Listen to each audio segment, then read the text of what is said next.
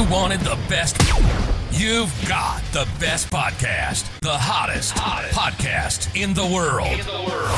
The Chris Voss Show, the preeminent podcast with guests so smart you may experience serious brain bleed.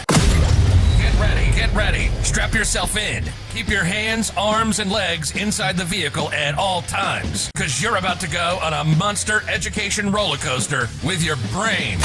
Now, here's your host, Chris Voss. Hi, folks. Chris Voss here from the ChrisVossShow.com, the Chris Voss Show.com. And if you don't know it's the ChrisVossShow.com, what the hell have you been listening to for the last 12 years? I mean, really, seriously. Like, do I have to tell you anymore what show this is? Anyway, guys, we have an amazing author on the show. We're going to be talking about her new book, Sentient, How Animals Illuminate the Wonder of Our Human Senses. Comes out on February 22nd, 22. That's funny. We just had someone on the show yesterday who's the same day. So that's got to be easy to remember. 2/22/22. How's that for awesome? Jackie Higgins is on the show. She's going to be talking about her new book. You want to pre-order this so you can get it wherever fine books are sold and take advantage of reading it first in your book club. But before we get into her and what she does, she's a Oxford University graduate in zoology. So we're going to be talking to her. It's going to be a really smart discussion. But to make sure you capture all that smartness, go to youtube.com/Chris Voss, hit the bell notification button, go to goodreads.com/Chris Voss, see everything we're reading, reviewing, go to all of our groups, Facebook, LinkedIn, Twitter, Instagram, and also go see the massive LinkedIn group newsletter that we have. That thing is killing over there in our 132,000 LinkedIn group that's under the name of Jackie is going to be with us. She's a graduate of Oxford University in zoology, and she's worked for Oxford Scientific Films for over a decade, along with National Geographic, PBS Nova, and the Discovery Channel. She has also written, directed, and produced films at the BBC Science Department. She lives in London with her family, but she took some time away from them to come on our show today. Welcome to the show, Jackie. How are you? Very well, Chris. Thanks for having me on. Thanks for coming on. We certainly appreciate it. You're coming from us from London right now? No, I'm somewhere near the Welsh Hills. So it's all dark outside at the moment. But if you look out the window, you can see a little river and a little wood full of woodpeckers and herons on the water and the occasional kingfisher, if you're lucky. There you go. So it's still coming to us from across the pond, as it were, as they like to call. So give us your plugs so people can find you on the interwebs. So you can find me on Instagram and on Twitter. Oh, awesome sauce. Do you want to give the Twitter profile handle name? Yes, JM Higgins or JM_Higgins. I should know you, Chris. You just want to make people work for it. I see what's going on. Yeah, okay. I'm there somewhere. So what motivated you want to write this? So like you said in your fantastic intro of me, I studied zoology at Oxford, and I've always been interested in looking at the animal kingdom to better understand ourselves. So I think of zoology as a mirror that we can hold up to more clearly see ourselves. You and I are related. We're distant cousins, and we're distant cousins of every other human that's walking the planet here today, in the Ukraine, in London, in America, and past and present. But also the same goes for animals and my dog, the lettuce I had at lunch. And so it's this idea that I see the animal kingdom as one big sprawling, or all life on earth as one big sprawling family. And in the book, I use them to better understand ourselves. So me eating that salad I'm eating my relatives? Yeah, some are more close than others. They had salad leaves. They're awful relatives. I think they had it coming. So pond scum. Yeah, well, you got those relatives, the people you don't talk to at the Thanksgiving dinner, at the family gathering there. It's always Uncle Joe who wants to hug all the women a little too hard, and have everyone sit on his lap. Yeah, scars from my childhood. Anyway, enough jokes. Oh well, let's. Oh, okay. Well, no, we'll get on with your book. Well, a sense of experience. So Sentient is about how we sense the world. And this myth set up by Aristotle in 350 BCE that we have 5 senses. So we all have learnt to parrot this from nursery, that we see and we hear and we smell and we taste and we touch. And you think that those senses circumscribe our sensory experience. But And this myth is commonplace today, both in kind of conversations and nurseries, but also in scientific circles. And yet we all know that scientists know that there are very many other senses that we use. The senses that we know and love have split and splintered into different senses. And also there are senses that we use that we're not so conscious of. So I explore this idea of the different senses, and I use animals because our every waking moment is circumscribed by these senses. We take them for granted. Most of the time we aren't really aware of what we're doing when we're seeing, even color, shadow. Anyway, so I use animals to get a bit of distance on ourselves so that we kind of take note about how we're seeing color, or we take note about how we're hearing and whether we're using two ears to hear. And so the animals give us a little bit of distance on ourselves to appreciate ourselves as well. Yeah, So because we're really animals when it comes down to it. Absolutely. Yeah.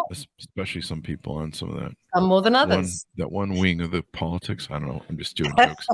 But yeah, I mean, have you seen it lately? No, I'm just kidding. So let's talk about exceptional animal senses. What sort? Actually, if you don't mind, I want to interject because off your bio. Are you one of the people who's responsible for all those nature things where they're like, and the wild animal is in the grass, those sort of things? Absolutely. Yes, I used to make, I'm afraid so. I used to make wildlife films. So I used to watch scientific films, as you said, making, explorers and specials for Nat Geo. I made a few films out in the States. We made a wonderful, if I don't say so myself, a wonderful special on the Sonora Desert. That was one of my favorites. So yes, and when I started making wildlife films, there was this amazing series called Super Sense over in Britain. I'm sure it came to the States. And that was about animals' extraordinary ways of sensing the world. And so the color of that, the mantis shrimp's extraordinary color vision, or the star-nosed mole's exceptional ability to feel its way through underground burrows, or the octopus's exceptional sense of body. And using these exceptional senses to understand less exceptional senses, but when you think about them, we too are rather wonderful. Well, some of us more or less than others. Some of us more than others. So let's not give some people too much credit. So let's talk about these exceptional animal senses. Like, what are some other examples of sensory abilities that you find in the animal kingdom? So let me think. So, for example, one of the chapters on touch is on the vampire bat. And the vampire bat is able, with its nose leaf, to sense such fine changes in temperature that it can actually detect from heat the vein throbbing beneath its victim's neck as it swoops in. So as it's kind of clambering over its prey's hide, it's able exactly to target where the blood flows closest to the skin. And that's through heat. The chap, amazing. The chap study just won a Nobel Prize. Wow. Yeah, I'm going to be wearing long sleeve shirts now whenever I go to Austin. In Austin, in Texas, they have a bridge, and there's like a whole mess of bats that are protected that live underneath it. And during the day, they will just all fly out. And it's like, I don't know, 1 million bats. It's the most amazing thing if you've ever seen it. But yeah, that just gives you. They never hit you. You'll stand in the middle of this throng of bats and they'll always avoid you. Isn't that amazing? And they're blind, right? They're running on radar? Yeah. They're using echolocation. They are essentially seeing the world through sound. And the wonder of that is that, that they're using peeps or pitch at such a high ultrasound that they'll be chattering merrily above your head. Wow. To them, a cacophony of noise, and to us, absolutely nothing. Silent. Yeah. Silent swooping, but echolocating and using that sonar to see us. I heard a translation of them one time, and it was like, look at this moron. Like, what like, get on a treadmill or something, buddy. And I was like, that's really rude. You guys are asshole bats. And you've got to speak back and fire back. Yeah, well, there's that. So the human animal, we, of course, are part of the animal kingdom. What sort of research did you find out about us and our comparisons to the animal kingdom? So I met people with exceptional senses. So take, for example, if we're talking about the very first chapter, I use the peacock mantis shrimp, which is this rather bonkers crustacean that you'd find in the Great Barrier Reef, whose sight is exceptional. He's got one of the fastest and most powerful punches in the world, gram per gram. If you size him up to the size of Mike Tyson, he'd definitely take on Mike Tyson in a heavyweight boxing match, probably punch his lights out. So, but he's got exceptional sensors in his light sensors that enables him to see color in a whole new way. And so this enabled me to talk about color in our eyes and how we see color. And you and I, unless you're colorblind, probably have, so I know that I have 3 cones. These are 3 types of cones in the back of my eye. And with these 3 cones, I'm able to see every color in the rainbow. But there are some people, and they tend to be women. In fact, they are women, because these cones are inherited and coded for in the sex chromosomes. And they have a 4th cone. Instead of being a trichromate like us, they are a tetrachromate. And through this 4th cone, they have a whole new dimension of being able to see color. So the rainbow to them is something even more spectacular. Wow. Yeah. Now, is that's the peacock mantis shrimp? That's the peacock mantis shrimp. I'm looking at it right now. Story. I think there's a guy I see in TikTok who has one of these, and he's always throwing stuff in it, and it's punching the crap out of stuff. Like it'll just kill anything. In fact, he's the one I learned from is you can't put your finger in there because they'll break it off. Thumb splitters. They're known as thumb splitters. Yeah, that's right. They are. I mean, they're not particularly big, but they have a big personality, and they've been studied. Sheila Patek at the University of California, Berkeley, has studied the speed and the force of this punch, and it's mighty. In fact, they have to be made. Their shell has to be so strong because they're so forceful, and scientists are looking at the composition of the shell to create weaponry, or kind of, what is it that you wear when you're a knight in shining armor? Chainmail and armor. That kind of thing. That's basically impregnable. Wow. That's the idea. Yeah, I've seen it at work. He like throws like little stuff in there, and it goes up to him and then just whacks him and it's just amazing how fast it is. But yeah, note to self: don't ever date a peacock mantis. That sounds like it's not going to end well. Let's talk about the diversity of human experience. And you came across, I think, some people who see the world differently in Australia. Absolutely. So Concetta Antico is one of these ladies I was telling you about. She has a 4th cone. She is a tetrachromate. Holy crap. So she sees, as I said, many more colors in the rainbow. What's extraordinary is that her daughter has a rare form of color blindness. And this really got to the heart of the matter for me with regards to perception. It's a very private experience. So Concetta can paint these exceptional landscapes full of color in order to try and get you to understand what it is she's seeing. But you'll never be able to see through her eyes. I can see the color. And then for her daughter, who she spends time painting with, and before she realized that her daughter had this color blindness, her daughter could never see what it is that Concetta is trying to share. Oh, wow. And Concetta, when she was born, of course, never realized that she had this exceptional vision, because I thought everyone has every day. Wow. So the chapter it's the opening chapter of the book, and it talks about the private perception of experience. And the Gabby Jordan, who is the scientist who dedicated her life to find one of these tetrachromate women. She knew about the genetics. She knew that it would be possible. But of course, no one had come forward saying, well, I see exceptional colors, because what they see is what they see. So she dedicated her life to finding and to building. She's a trichromate. She's got regular vision.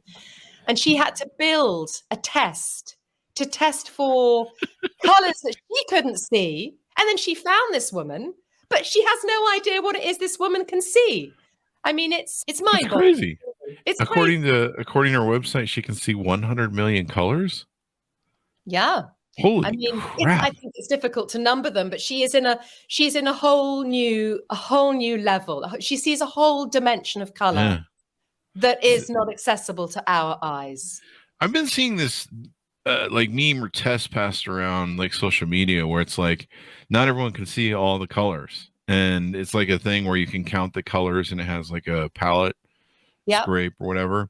Yep. And I wasn't sure if that was because it's the internet, so if that was some sort of BS thing. But I guess some people can and some people can't.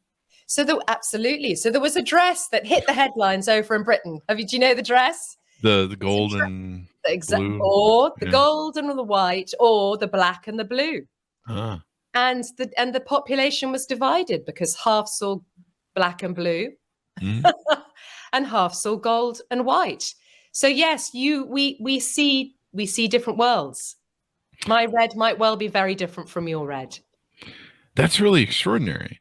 I mean, I've had girlfriends that they don't like, they can go to the paint store and they can see like a million different colors, right? In those swatches that they give you. And me, I'm just like, I don't know, is this blue, green, red? Yeah. Like, but maybe you're not interested either. That's the large part of it. Maybe you'd rather be out across the other shop. Yeah. I remember one time we started one of our companies and hired these employees and they came in and they go, oh, the colors in the walls offend us. I'm like, they're fucking white. Like what? Like, well, I don't feel creative. And I'm like, well, paint it however you want. And if you paint it, I'll buy the paint. But other than that, get the hell to work. And I just could never figure it out. Any office I ever worked at is always white. But I've had girlfriends that are like, oh, this color, I don't know, affects me. And I'm just like, well, fucking get over it. Turn the lights out. Like, I got shit to do, man. I'm not really worried about the colors and stuff. I know. The painting industry, the wall paint industry over in Britain is crazy. There's so many colors white, so many shades with silly acronyms. Yeah, but I do appreciate people that have an art thing. Like, I've always created companies, but I've never created something that's like a design-based company. Like when you go into a really nice restaurant, it has that beautiful ambiance, the design. I've always looked around and thought, man, you must have to hire somebody to come do this, because I could never do this with a company. I could do the food part and the business part, but I could never do like putting roses up or making it look pretty and stuff. So some people really have a talent for that. Yeah, absolutely. Absolutely. And it's interesting looking at Conchetta's artworks because she did this whole series on Twilight, when for us, the world is leached of color, but for her, the subtlety of color still remains. So she's still seeing many colors in what to us looks very bland. Wow. That's got to be an interest. Maybe her world's better than mine then. Maybe that's more funner. Yeah. Because I don't know. I'm just looking at everything in black and white pretty much at this point. I might as well be a dog for all I know. What are some other aspects of the book we want to touch on? Conservation, climate change. We could talk about the secret senses, these senses that you might not be aware that you have. So I talk about, for example, sense of balance with the cheetah. Sense of time with a trash line orb weaving spider, and sense of body. This is a very interesting one. This idea that when you close your eyes, Chris, where your body is, where your limbs are and what they're doing with such precision that you can you do this? Can you bring your hand to your nose, your fingertip? Oh, I think I just missed. Yeah, I got it, but I'm used to doing this when I'm drinking with a police officer. It's the first test, isn't it? It's a lot of practice. This is the police are testing whether our proprioception or our sense of body is addled. It's easily addled with a glass of something nice in the evening. But this is a sense that we call on all the time throughout the day, but unknowingly. It's so automatic and so familiar, we don't notice it. In fact, the only time we notice it is when it goes. And I met a gentleman who suffered a really nasty virus, high temperatures, felt completely strange, ended up in hospital, felt like he was floating above the bed, but they weren't normal fever dreams, because when he came to, he could not feel his body. And with his eyes closed, he had lost all sense of his body. Wow. He'd lost the feeling of touch. Oh, and he wow. He couldn't feel things, couldn't feel being felt. But also he had lost his sense of body. So as if he was disembodied. Wow. So sounds like Friday nights at my house after a bottle of vodka. So there is, and he's never had it. He's never got it back. Really? So never came back. Wow, that would be awful. It's incredible. So he's a really amazing, inspirational man. And I met him, and he basically, through sheer determination and will, he taught himself how to move again, because this sense enables us coordinated movement. Yeah. So it wasn't that he'd lost motion. He said my arm would be backtracking off and I wouldn't know what I was doing. It could be kind of saying hello to a nurse without him really realizing what it was doing. If he looked at it, he knew what it was doing, but otherwise he couldn't feel where his limbs were. Wow. So he hadn't lost motion. He'd lost the ability to control motion with this sense of proprioception, body sense. That's the excuse I have anytime I've accidentally, bumped into somebody.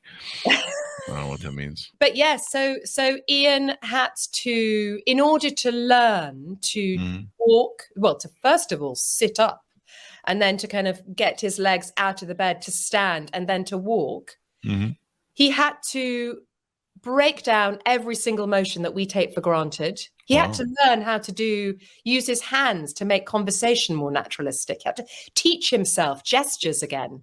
That's crazy, man. That's crazy. Hey, you're like trying to signal people and you can't do it. And incredible. So he had to reteach himself. It took years. I mean, the doctors didn't really know what to do with him because these cases are exceptionally rare.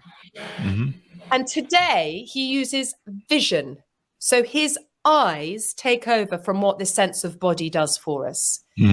But should the lights go off, falls like a rag doll. The moment his eyes lose contact with his body, he loses control of his body. Holy crap. But even if he's watching fireworks up in the sky, and that little bit of blackness you get just after the brightness of a firework, he staggers. Because that little bit of blackness has kind of interrupted his control over his body. That's insane.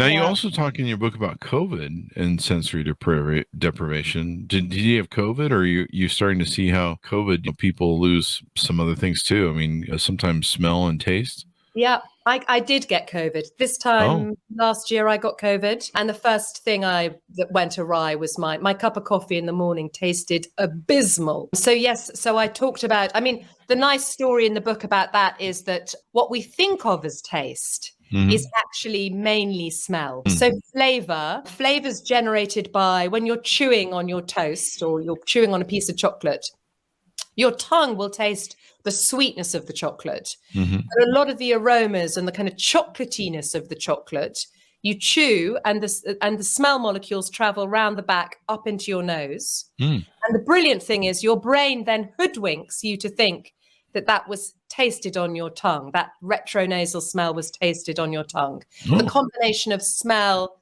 and taste are amalgamated into flavor. Wow. I didn't even know that. That's a lot of work going on. Yes. Yeah. So taste was interesting. So really, I think when I got COVID, I didn't lose taste. I lost my sense of smell because coffee just tasted bitter.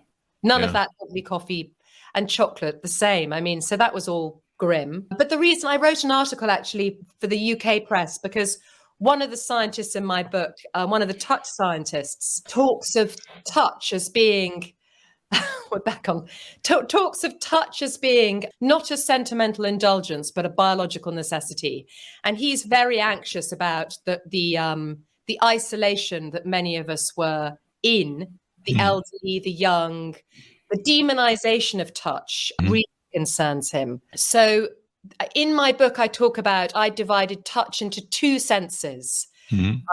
So the star-nosed mole with its little starry nose, which it uses to feel its way through burrows, that explains our sense of being able to feel the topography of the world, the lay of the land, feel something's texture, shape, size.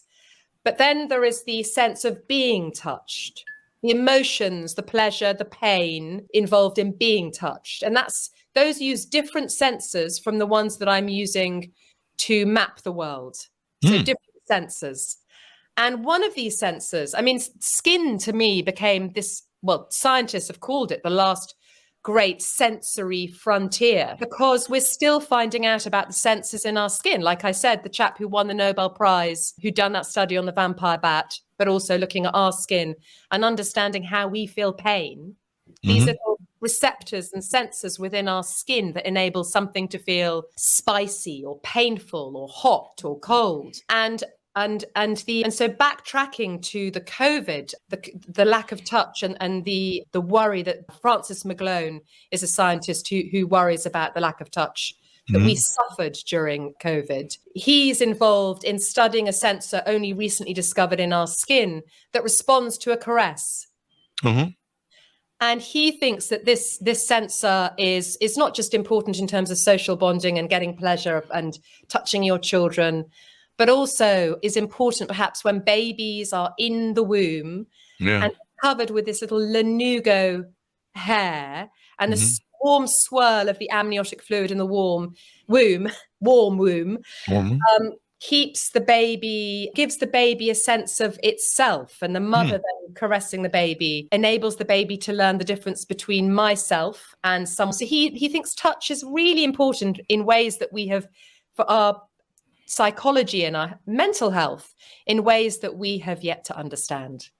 I would agree with that. I mean, when you hug somebody, you kind of get that I don't know what it is that goes in your brain, dopamine or something. You get that rush of like, I think we need each other as human beings to do that. And maybe some of that comes from our experience in the womb, and we need to, I don't know, it helps us somehow. So that would make sense.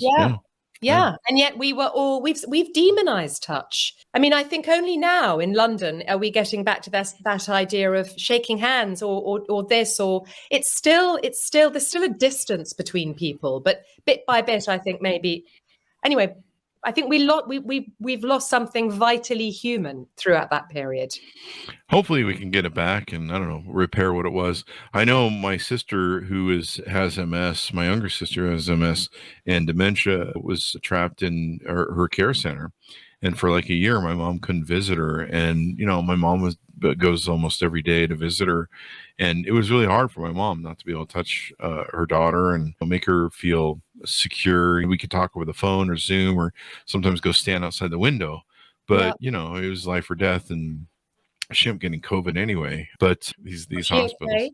Was she okay? She's okay. She weirdly enough, she was asymptomatic both times. She didn't even know she had it. In fact, they just lied to her because she's got dementia, and they just said, "We're putting you in a separate room because someone else has it. We just want to make sure you're protected." And she's like, "Okay, well, whatever." And it was a real blessing because she's a real mess in with the MS in the wheelchair and everything. We thought for sure if she got it that she'd be a goner. So we're real lucky.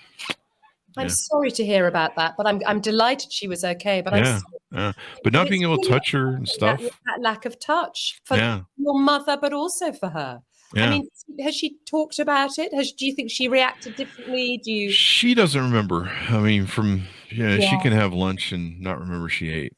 So we're at that point. But I think my mom really believes that not having that touch, not being able to, have her mom there and love and care for her, that she slid further into her dementia. And I think a lot of people did. And I think you mentioned that earlier in the show, a lot of people just died because they weren't getting contact with and love and affection. Yeah, really hard. We saw this. Just to interrupt, that's something I found rather magical when I was researching touch. It's the first sense to come online in the womb.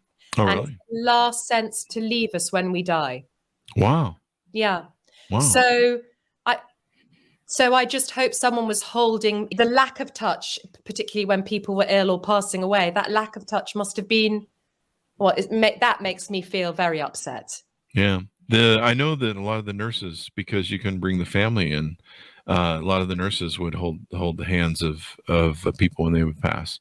And it's difficult and hard. And I can see why it's important. We get that with love and affection when we have a mate, being able to hold them, touch, cuddle, hug. There's something that gives you that feeling of, even like as a man, when my girlfriend would sit beside me or sit in my lap, sleeping or watching a Netflix or something. Yeah. And I would feel like a protector, which is a male thing. We feel like we want to be, I got this. I'm protecting my family. We're into that sort of thing. And that triggers through that touch and that feeling of that modality and stuff. So, the other sense that you don't have is smell, because smell is super important in those interactions as well. Yeah. I mean, what we're doing right now is a little bit sterile. I mean, you're over wherever you are, and all we've got is sound and vision to rely on. So no touch, I can't smell you. Well, you probably don't want to. I went to Taco Bell and I would last be night, smelling you, and I would be making kind of conscious decisions and also unconscious decisions. Well, I mean, you don't know. I went to Taco Bell last night, so there might be a smell over here. You don't want to have a thing. But I mean, that was another chapter in the book, and the unconscious. I used the giant peacock of the moth, and the discussion about pheromones. Pheromones are a bit of a dirty word in human pheromones in scientific circles. But I looked at how smell is really important. Smell has a privileged access to the amygdala in our brain, the emotional center. So one neuroscientist, Rachel Hertz, hijacked brilliantly Descartes' words and said, "I smell, therefore I feel." So again, back to being male protector, hugging up with your girlfriend, your mother, your sister. Smell is really important. Yeah, especially if they've had Taco Bell the night before. I want to be doing that. I know pheromones, are a big deal. Are women I've heard this kicking around a little bit. Can women tell how much testosterone you have and it affects their attraction? Oh golly, I don't know. I don't know. Well, there you go. There's your next book. So. I mean, I certainly, like I said earlier, I'll certainly be making conscious and subconscious decisions about. Yeah. But I know pheromones on both sides they're attracted to, and then they put it in all sorts of perfumes and everything else that we do.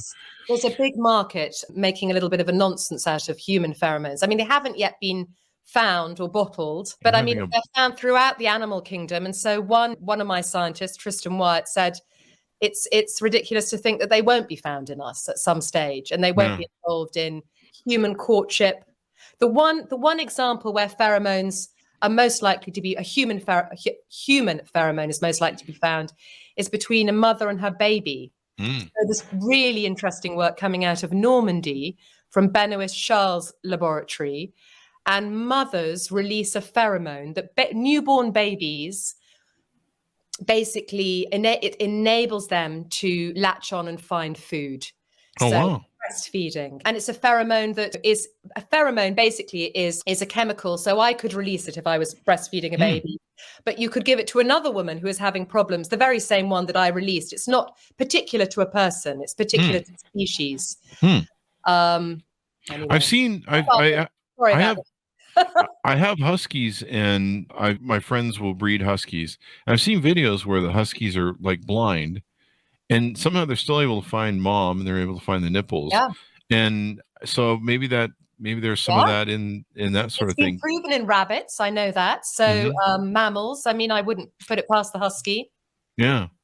Because they're blind as a bat, and somehow they know where mom is and how to go find her when the milk bar opens. Yeah. It's always funny to see about 10 of them up at the. And it would make evolutionary sense. I mean, it would make absolute sense. Yeah. A guide, a sensory guide to find food, because whether you feed in those first few hours of life is critical to your survival. So definitely. Yeah. What are some other aspects of the book we haven't touched on? Electricity. Let's see. There's a few different things you talk about. How reality is neither true nor complete. So that's the very end of the book. Mm-hmm. So I use the platypus as a cautionary tale. So here's an animal with a sense that we don't have. So it is able. This creature, the bill of this creature is studded with thousands, tens of thousands of tiny electric sensors. Really? Which it uses to detect the electric field of its prey. So it'll dive underwater, it'll close its eyes, close its ears, won't smell, and it's guided by, basically, have you ever seen metal detectors? Yeah. You get in the fields around near where I live.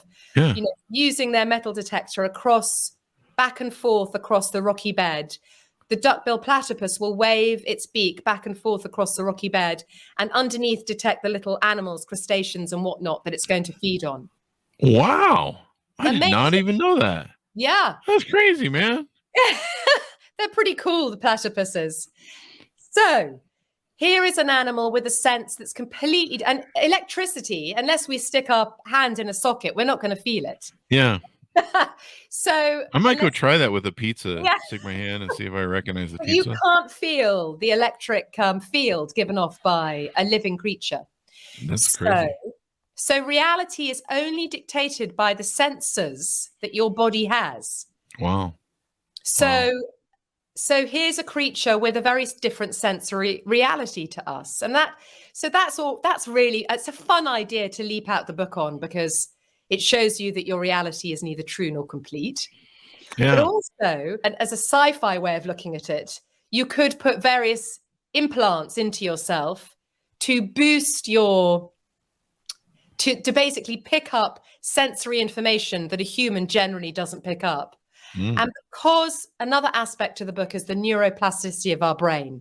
Our brain is absolute wizard at being able to take information and use it. So the blind artist, Eshraf Armagan, is a chap I met who paints, draws, yet has never seen anything, and says that he sees the world through his fingertips.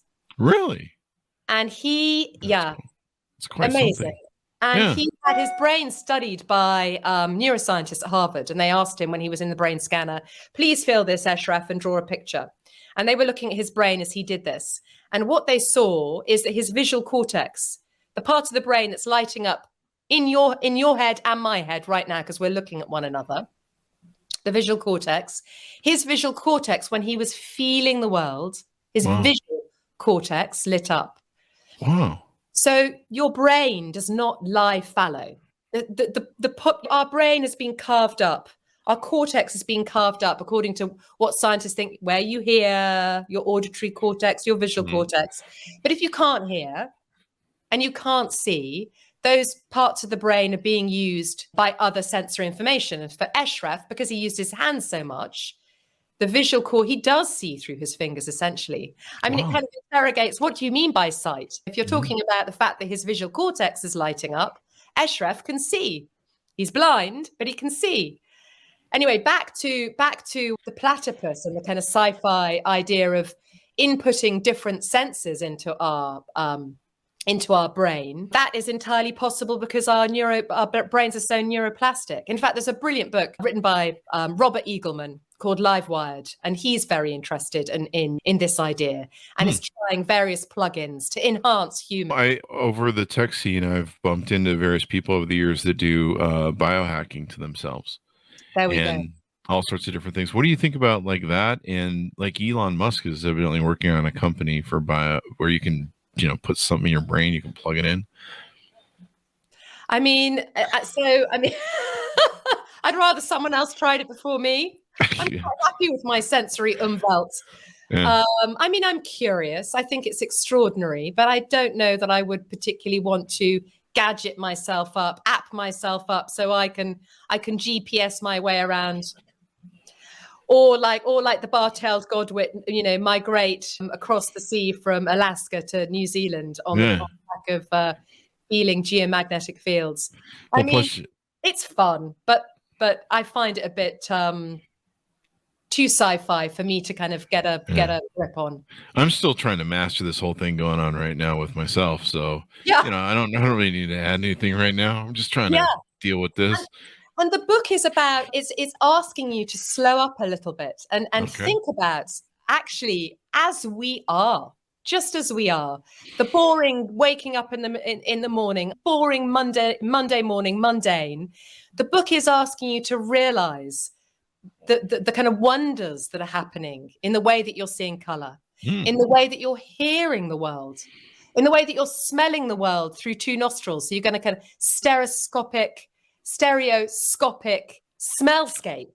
I mean, so the book is we are wonderful as is. I've got this website. I'm going to watch some of her videos after we get off the Conchetta and Tico. Am I pronouncing that right? But I kind of feel ripped off, eh? Like I want to see a million colors. Like I feel like I got like a low grade old model of iPhone put in my brain. I can't see well. Like what kind of crap is this? Can I ask for a refund or receipt or something like that? So you need to call Elon Musk and ask for the rainbow vision goggles. Yeah, hello, God. What the hell, man? You gave me. But it might give you a headache. Who knows? Too That's much. true. I don't know. Maybe seeing too many colors would be. I don't know. If I want to see a lot of colors, I'll just drink a lot of vodka and drop some mushrooms or something. I don't know. Take some acid. Yeah. There are other ways. That's probably the way to do it. Yeah. There are other ways that you can wake up from. Yeah, we call that Wednesdays around here. So there you go. Anything more you want to tease out on the book before we go? Golly, I mean, I suppose one of the big messages that I'd like people to get is back to the point I made at the very beginning, that we're one big family. I mean, conservation and looking after our planet is very much in the news. And I suppose the book brings home the point. I mean, what staggered me was all these similarities, sensory similarities, say between us and the vampire bat, in the proteins that enable us to feel heat or feel pain being the same. Mm-hmm. Or the opsins, the little proteins in the back of our eye that enable us to see being the same as all these creatures. I mean, I found endless echoes of ourself throughout the animal kingdom, or rather endless echoes of them in me. So that is one world. We are one family philosophy. Yeah. I'm going to still keep killing the family members that I have that are spiders and mosquitoes, though. That's not going to end. Do you know, on Twitter, there were a couple of people who are a bit upset by my sense of time chapter, because it's a spider that tells the story. Oh, really? The phobes got upset. I mean, I'm a little bit scary. I've held tarantulas, but I can't, the smaller spindly ones still get me, but they were rather wonderful. It's quite, I mean, I'm quite happy to see the wonder in a spider, I suppose. Yeah. I mean, as long as they're outside my house, we're cool. Yeah. When you come in without an invite, you don't wipe your feet, then we have a problem. Especially if you poison us, then that's kind of a whole new thing. Because I've got dogs, and so I don't ever want the dogs to get it. I remember one time I found a giant black widow right above my dog's water. It was a brand new puppy I'd bought in too, and so it would have been really just not cool. But aside from spiders, now they're running off everyone's like arachnophobia. So give us your plugs one more time so people can find you on the interwebs and get to know you better. Thank you, Chris. So the book is Sentient, and you can find me on Twitter and also on Instagram under JM Higgins. There you go. And thank you for coming on the show today. We certainly appreciate it. I've learned a lot, and I'm going to have to call up God and get angry with him that I'm not getting 100 million colors on my TV. I'm going to try adjusting my radar or something, or my antenna. I think you're wonderful just the way you are. Oh, well, thank you. You're the only one. Even my mom doesn't like me. So thanks for coming on the show today. Thanks so much for tuning in. Go order the book wherever fine books are sold, as Sentient, How Animals Illuminate the Wonder of Our Human Senses, February 2/22 coming out. Let's see. Let me do this right. 2/22/22 coming out. It's a proper palindrome. Yeah, let's make us lucky. There you go. So order that baby up. You can get it. What's today? Today's the 12th. So yeah, you can get it ahead of time for your book club. Go to goodreads.com/Chris Voss. See the bell, see everything we're reading and reviewing over there. YouTube.com/Chris Voss. Bell notification. All our groups: Facebook, LinkedIn, Twitter. Stay safe. Be good to each other, and we'll see you guys next time. Chris, thank you.